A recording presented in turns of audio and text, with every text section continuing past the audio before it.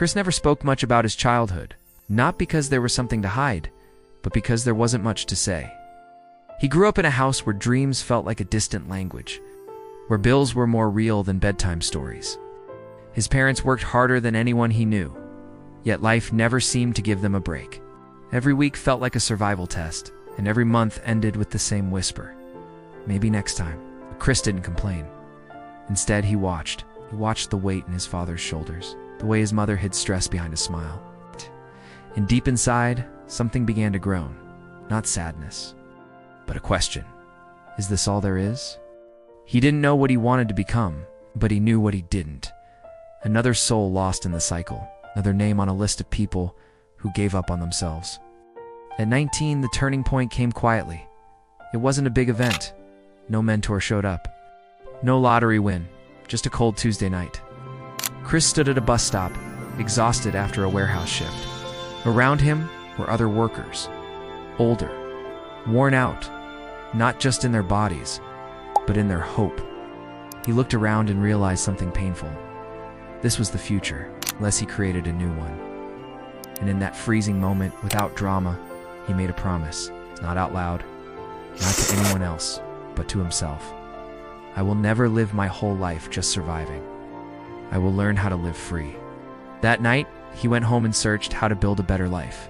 That one Google search became a ritual. That ritual became an obsession, and that obsession changed everything. Chris didn't go to business school. He couldn't afford courses at first, but he turned his tiny bedroom into a personal university. He studied YouTube videos on branding, digital income, psychology, purpose, storytelling. He listened to podcasts while commuting. He watched creators not just for entertainment, but for strategy. While others partied on weekends, Chris wrote in his journal. He sketched out his future life in detail: freedom, family, legacy. He imagined handing his parents a new house. He imagined creating something that would still be here when he was gone. Each night, he asked himself, what did I learn today that moves me even 1 inch closer? Eventually, learning wasn't enough. It was time to act. Chris launched his YouTube channel with nothing but a secondhand phone, shaky hands, and a message. His first videos were awkward, poorly lit, and barely edited. But they were honest. He spoke about escaping poverty, about building belief, about choosing growth even when nothing around you changes. At first, no one watched. Then slowly, someone did. Then 10, then 100, then 1,000. But it wasn't the views that pushed him forward, it was the comments. This changed my day. I thought I was alone. Chris realized something bigger than money had begun. He wasn't just building a brand, he was building meaning. As his audience grew, he leveled up. He studied how thumbnails worked.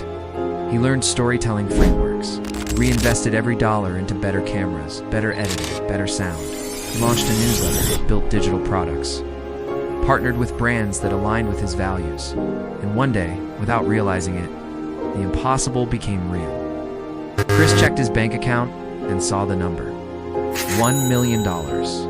No tricks, no shortcuts, just value, belief, and work. Leaned back in his chair, closed his eyes, and remembered the cold bus stop. No champagne, no noise, just peace and gratitude. But he didn't stop there. He paid off his parents' debt, mentored other creators. He started building systems so others could grow too. Because for Chris, becoming a millionaire was never about status. It was about freedom. It was about never letting fear win. Most of all, it was about proving to himself and to the world that it could be done. So if you're watching this, wondering if your life could change, Chris would tell you, it doesn't start with money. It starts with meaning. And one brave decision to believe that your story isn't finished yet.